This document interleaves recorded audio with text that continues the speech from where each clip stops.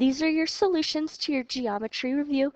Be sure that you're using a grading pen and that you're correcting any missed problems. That means that you're going to include all of the steps on how to get to the correct answer. We're going to start with one about scale drawing and finding the dimensions of a bedroom in inches. So we will start by using our scale. In that fraction, we could have 60 inches over 1 inch. These are the same units, so it's not quite as important that we include them, but you can. If they were different, you would definitely want to include them. And then we're going to do one measurement at a time. So 1.5 inches is smaller. That's going to be the width. We'll go ahead and do that one first. The top number, my numerator, is representing the actual size, and the denominator is representing the model. And I can just tell because 60 is larger than 1. The 1.5 inches represents the model. So I'm going to put 1.5 or 1 5/10 in the denominator and then W up in the numerator. From here, you can use cross products or scale factor, whatever method you want. We're going to be multiplying 60 by 1.5. And when you do that, you're going to end up with 90. So we'll get a width of 90 inches.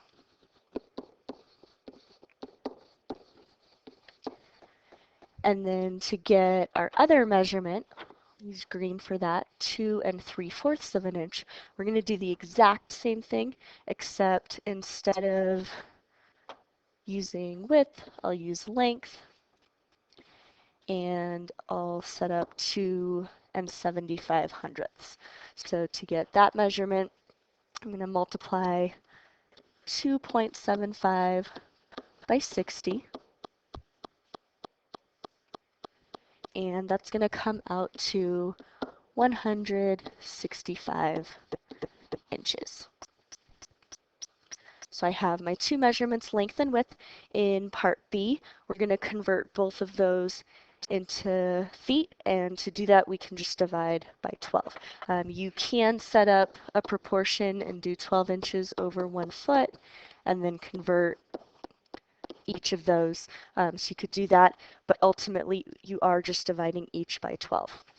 So we'll do 90 divided by 12 and 165 divided by 12. All right, so you can take a look at the division. I stopped at the 10th digit because it told me to round my answer to the nearest foot. So I only need the 10th digit to do that. This tells me that my width, 7.5, would round to 8 feet. And on my length, 13 7/10 would round to 14 feet. So my two measurements would be 8 feet by 14 feet. All right, we will clear some space and then we'll use those measurements to find the area. So area of a rectangle would just be length times width. And so we'll multiply 14 by 8. And that gives a value of 112, and this is going to be feet squared since we're talking about area. All right, next one we're going to be using a protractor and a ruler to draw a triangle. The side length that we need to start with is going to measure 4 inches. So we'll use our ruler. And we'll start by just drawing a line segment that is 4 inches long. Just to be really specific with this on your test, you probably want to label that side length 4 inches. Okay, and then it tells us that the two other angles are going to be 30 degrees and 50 degrees. So we'll go ahead, line up our protractor, and I'll measure 30 degrees first. So starting from here, I'm going to count up this direction until I get to the 30. And then once I make a mark where 30 degrees would be, then I can use the straight edge to draw in my line like that. We'll again label that as 30 degrees in the vertex of your angle. Okay, then we'll switch this over to our opposite side, and this time we need to measure 50 degrees. So from here, I'll count up to 50, which would be, oh, off a little bit, would be about right there. And then we'll use our straight edge again to line that up with where 50 degrees would be. And then we can label 50 degrees right there. So that would be our triangle. We could do a quick check just to make sure that this upper angle right here is reasonable. That one's obtuse, so we would expect it to be greater than 90 degrees. And if I subtract out 30 plus 50, it would be exactly 100 degrees, which is reasonable. On a test, it might not be a bad idea to use your protractor to actually measure it out and make sure it comes out to what it should. All right, next one, we are deciding whether we can get one triangle, more than one triangle, or no triangle. So this is using your triangle inequality theorem. If you remember, when you add the small plus the medium, it has to be greater than the large in order to get a triangle. If it is less than or equal to the large, then you would not have a triangle. So for part A, I'll add up my small and medium size. So 2 and 2 is going to add up to exactly 4. This says that it's any length greater than 4 feet. And since 2 plus 2 is actually equal to 4 instead of larger than 4, that one would not work because I need a number bigger than 4, not something exactly 4. So I would say that no triangles are possible for this one, or 0 triangles. Okay, part B, I'm going to add up my two smaller lengths. So that would be 3 plus 11, which is 14. And 14 is greater than 13. So that will give a triangle, and it'll give exactly one triangle.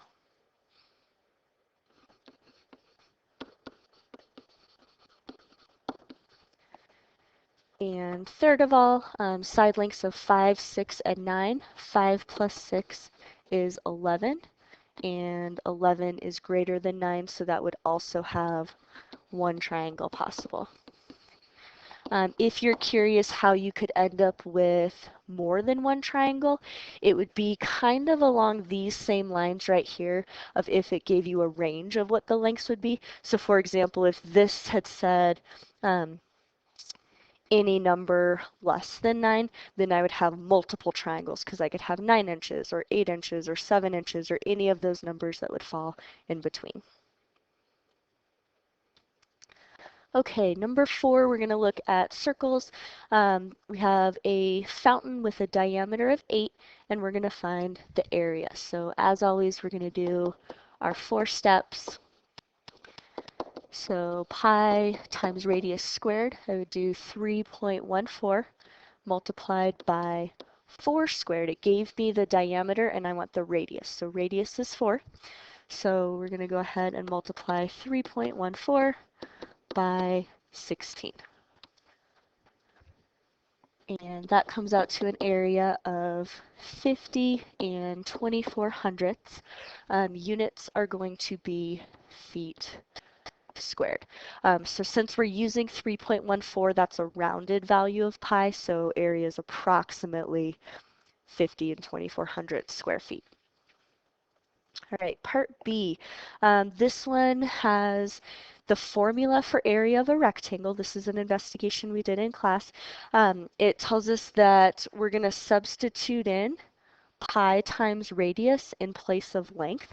So this value right here. And you are asked to explain why we're using pi times radius to represent the length. So I'm going to draw in the picture over here. These pieces right here, if I trace along my circle, you'll notice that I have 4 pieces that make that part. So that's going to be the same 4 pieces that are represented on the top half of the circle. And so if I just want the distance around the outside, that's going to be circumference. And the formula for circumference is 2 times pi times radius. That's one of your two formulas.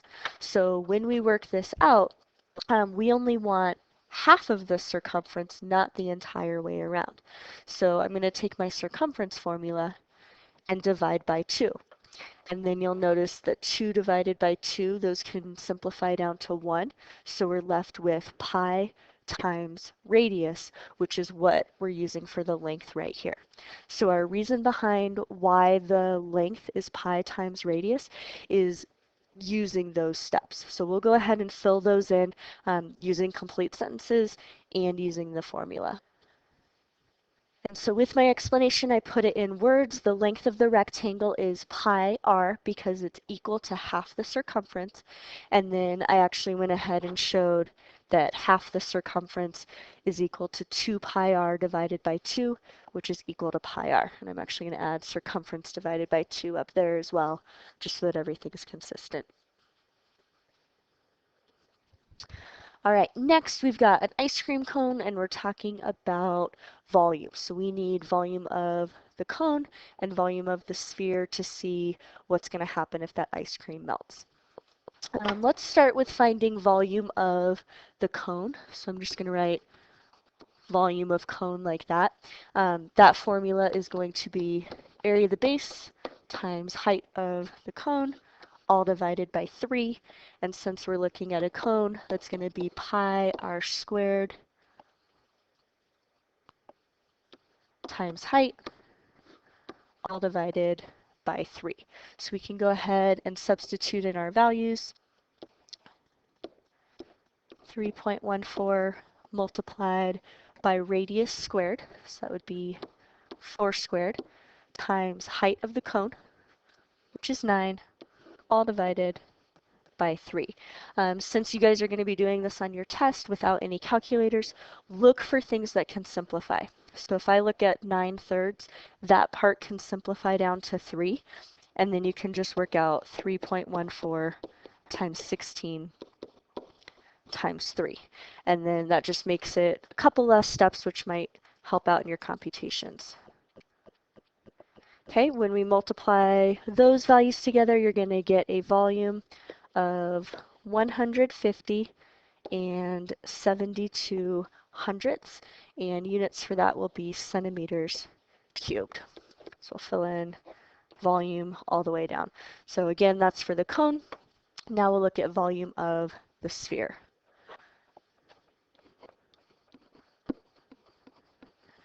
And volume of the sphere is going to be 4/3 pi times radius cubed. So when we substitute in our values, 4 multiplied by 3.14 multiplied by our radius of 4 cubed, all divided by 3. And if you do that and round it, it's going to come out to about 267 and 95 hundredths.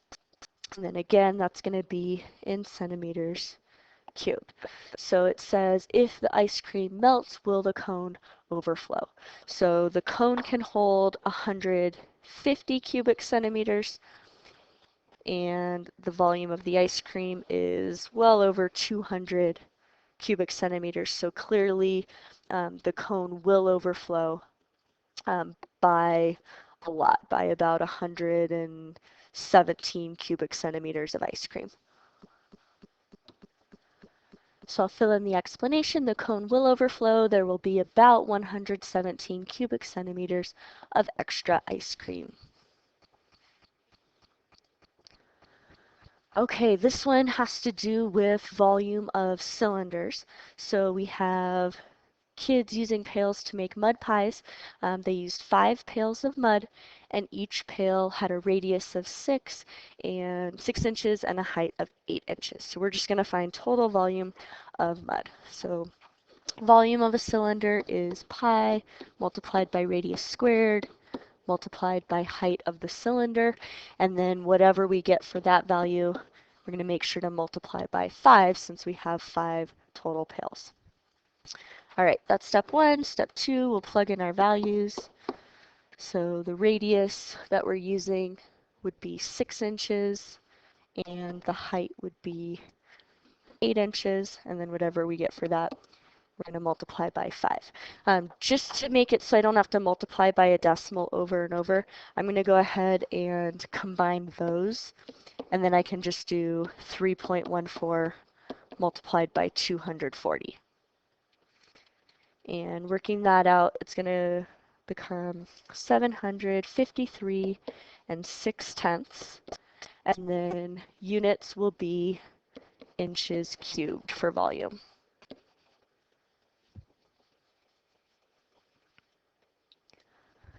All right, next one, we're going to start using Pythagorean Theorem to work this out. So we have a sunflower that's staked with 2 wires. So if I add that, I might have one this way and one that way. And then you can see that you get 2 90-degree angles at the base. I like to label things just to help me visualize it a little bit.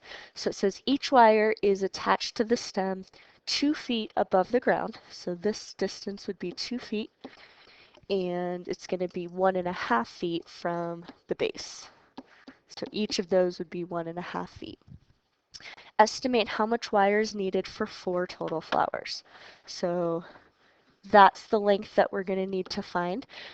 There's 2 on each flower and 4 total flowers. So at the end, we're going to multiply x by 8. So I'm going to put a little reminder over here that whatever we get for x, we're going to multiply it by 8 to get our total value. All right, I'm going to start by just finding the value of x. And this is where we're going to use Pythagorean Theorem. So a squared plus b squared equals c squared. And then we'll plug in 2 squared plus 1.5 squared equals x squared. I suppose I could label that c, but either variable is fine. And then we'll go ahead and show how to solve that. So 4 plus 2.25 is equal to x. When we combine these, we get 6.25. And then the square root of 625 would be 25. So if I do the square root, actually I forgot my squared. If I do the square root of 6.25, square root both sides, then I will just get 2.5 equal to 1x. Okay, so we had 2.5 for each of those. So that tells me that each flower is going to take 5 feet of wire. So 5 times 4 would be a total value of 20. So again, I could either do 2.5 times 8 or work my way back up to get to 20. So total amount would be 20 feet of wire.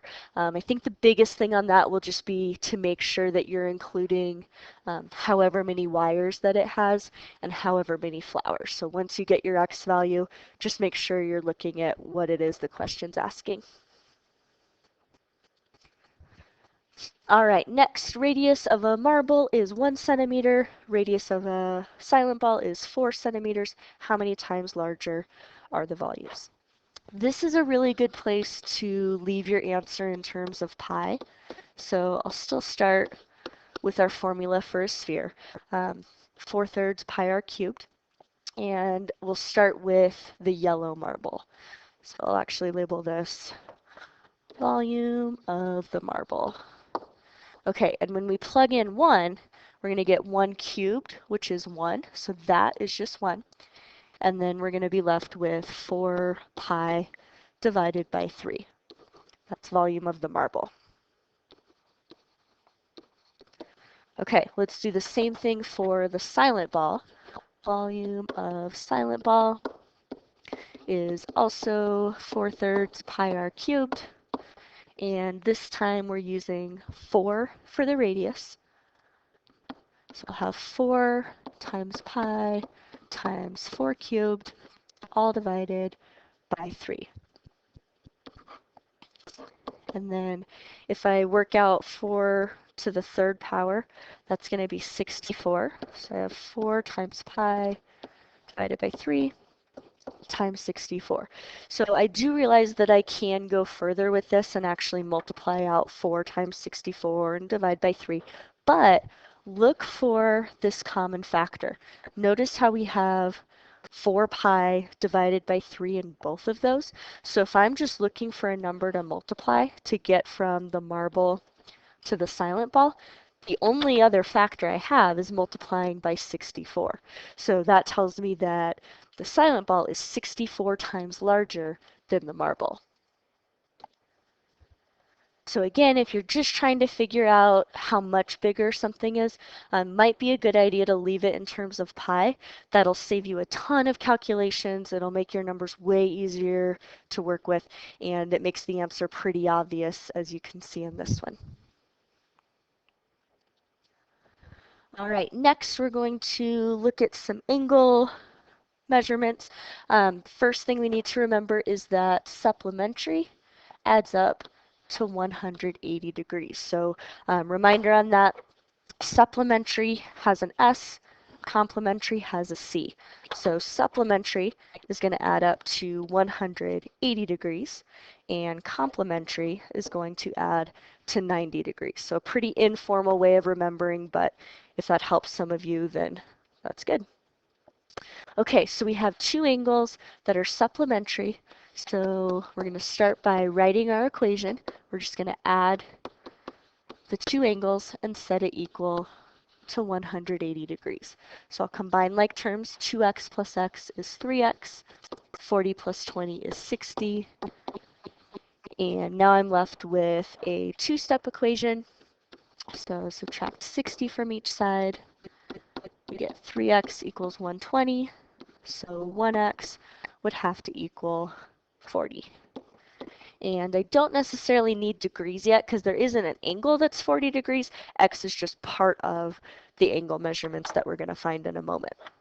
Okay, measure of each angle. Angle A is 2x plus 40. So if x is 40, I'll just substitute that in.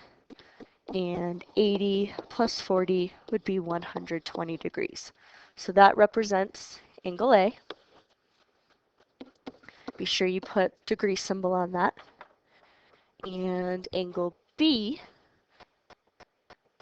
is x plus 20. So we'll just do 40 plus 20, which will be 60 degrees. And then final check, I know A and B are supplementary, so they should add up to 180 degrees, which they clearly do.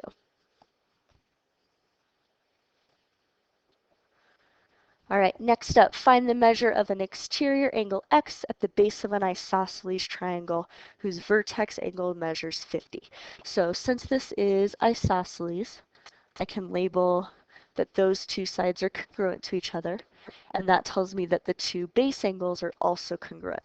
So I have all three angles add up to 180. So if I subtract out 50, it's going to give me 130 degrees. And then I'm going to take that value and divide by 2 to get each individual angle. So each of the angles will be 65 degrees.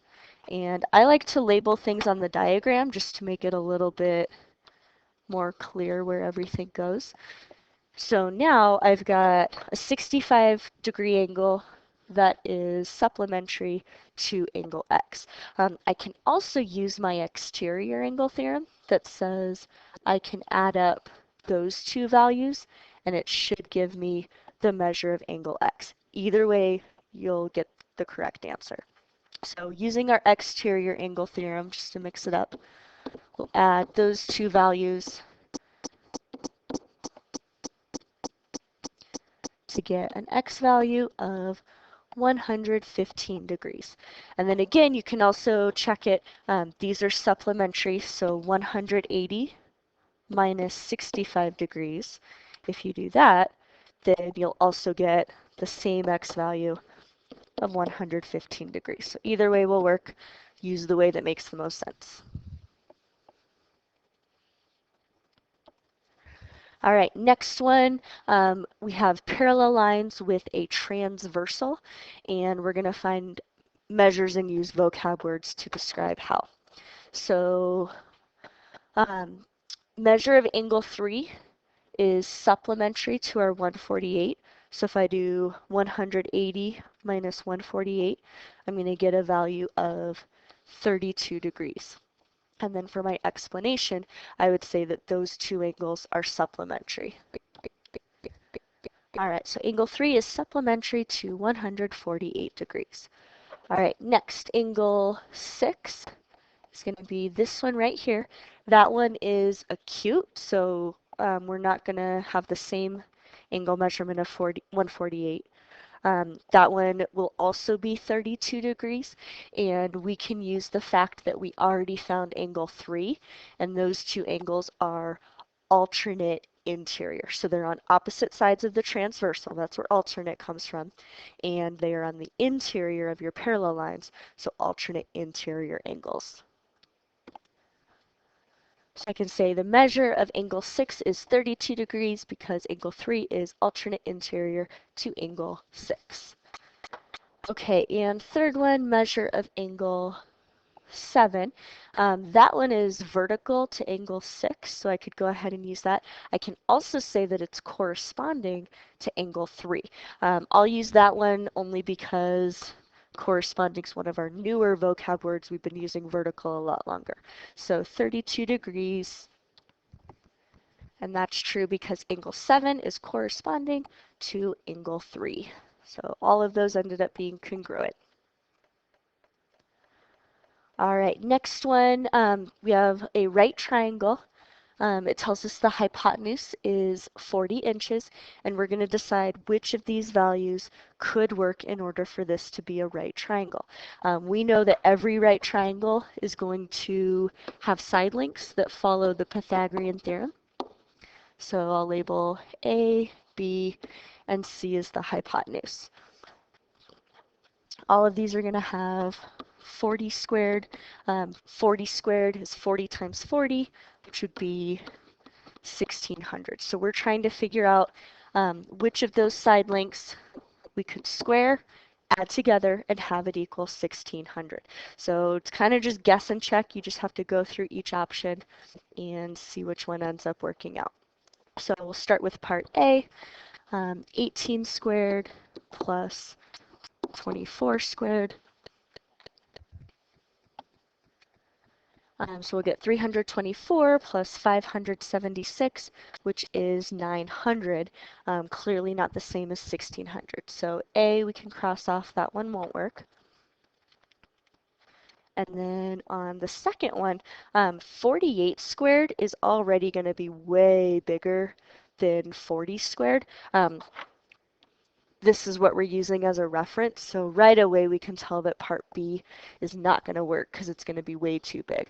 You could test it out and do 14 squared plus 48 squared. That's fine too.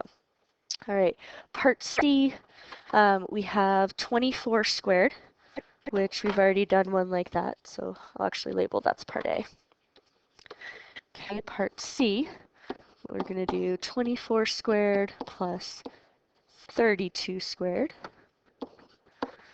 24 squared we know is 576 from that side. 32 squared is 1024. And if we add those together, we get exactly 1600. So part C does work. And then we'll check D just to be entirely sure that we didn't miss anything, or in case there are more than one answer, we'll be able to include that. Okay, so part D, final one, we're going to do 16 squared plus 30 squared. 30 squared is going to be 900, and 16 squared will be 256. That's not going to work. I can just tell by the ones and tens digit, but if you add those up, you're going to get 1,156, which is not equal to 1600, so D would not work either. So just the one correct answer, and again, use the Pythagorean theorem to check those. All right, last couple, we're going to be using our geometry formulas, plugging everything in, and then working backwards to find the parts that we don't know. So rectangular prism has a surface area. So we're going to start with our surface area formula, which is 2 times length times width plus 2 times width times height plus 2 times height times length. I find it helpful to label everything in the problem. So L is 5, we'll do width is 4, and we're trying to find the height. So we'll plug in the stuff that we know. Surface area is 148. And then anytime I see L, I'm going to put a 5 there. Anytime I see W, I'm going to put a 4 there. And anytime I see H, I'll leave it as H. And then all that's left is to fill in all the 2's and multiplication and addition symbols. All right, so that's our equation that we're going to be solving. Clean this up just a little bit. Okay, we're always going to multiply first. So I'm going to combine these 3 to be individual terms. So 2 times 5 is 10, 10 times 4 is 40. The second one is going to be 8 times h, and the third one is going to be 10 times h. So we'll fill in the rest of our formula.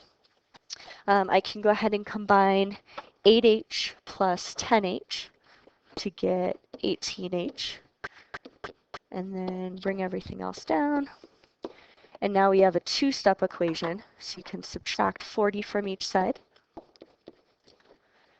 And you're going to have 108 equals 18 times the height. So final step would be to divide by 18 on both sides, and that's going to give you a final height of 6. Based on the problem, this is going to be in inches, so we'll add units onto that. 6 inches. Okay, next one has to do with volume. So we'll do volume equals area of the base times height of the prism. And because the base is a rectangle, we'll do length times width times height. All right, just like before, we'll plug in the stuff we know. Width is 8. The height is 12. Length is what we don't know, so we'll leave that one as an L. And volume we know is 960 cubic centimeters.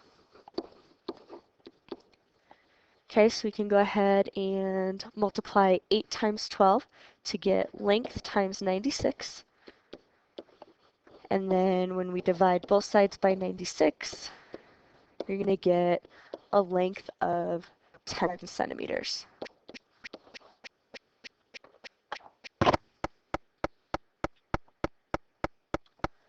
All right, number 15, circle has an area of 254 and 34 hundredths square meters.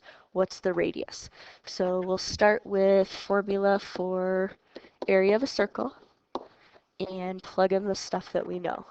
For this, the only thing we know is 254.34. I guess we can also substitute our value for pi, so it'll look like that. Okay, we're going to divide by 3.14 on both sides. That's going to cancel out on the right-hand side to just give r squared. And then on the left-hand side, after you divide, that's going to come out to exactly 81. So we have 81 equals r squared. Just like we know from solving Pythagorean Theorem, we're going to take the square root of each side to get a radius of 9, and that's going to be in meters. So radius is equal to 9 meters. All right, 16, we're looking at circumference, and it's asking about the radius. So I'm going to use the formula that is 2 times pi times radius. total circumference is 56 and 52 hundredths equals 2 times 3.14 times r. So we can start by combining 2 times 3.14 to get 6.28 times the radius. And then you're going to divide by 6 and 28 hundredths on each side to get your final radius. And once you do that, it goes in 9 times. Also estimate 56 divided by 6 just to make sure your answer is reasonable. So that goes in 9 times, and this is in miles. So radius is 9 miles. All right, and lastly, these are the formulas that you're going to need to have memorized for your test. So I'm going to write them in and just make sure that everything looks exactly the same. You haven't left anything out because we want to make sure you're studying the right stuff. So I'll show them one at a time as we go. Okay, area of a triangle is base times height divided by 2. Area of a circle is pi times radius squared. Circumference of a circle, there are 2 formulas, either 2 times pi times radius or pi times diameter. We saw surface area. You need every combination of length and width multiplied by 2. So 2 times length times width plus 2 times width times height plus 2 times height times length. Surface area of any prism is area of the base multiplied by height of the prism. So notice I have capital B, capital H, which is different from lowercase that I used for area of the triangle. And actually, I just realized that I misread that. Sorry, this is volume of the prism. And surface area of the prism is perimeter of the base multiplied by height of the prism. So if it's circle, you'd use circumference. If it's a triangle, you'd add up all of your side lengths. So capital P is perimeter of the base times height of the prism. And then volume of a cylinder will be pi times radius squared times height of the cylinder. Volume of a cone would be pi times radius squared times height of the cone, all divided by 3. And that'll be similar to our pyramid volume. That one's going to be area of the base times height of the pyramid, all divided by 3. And finally, volume of a sphere is going to be 4/3 pi times radius cubed. So again, those are the 10 or so formulas that you will definitely need to have memorized beyond just finding a rectangle, something like that. Okay, thanks for following along with me. I know those ones got a little bit long, but hopefully you will be prepared for your unit test. Good luck studying. Hope you do well.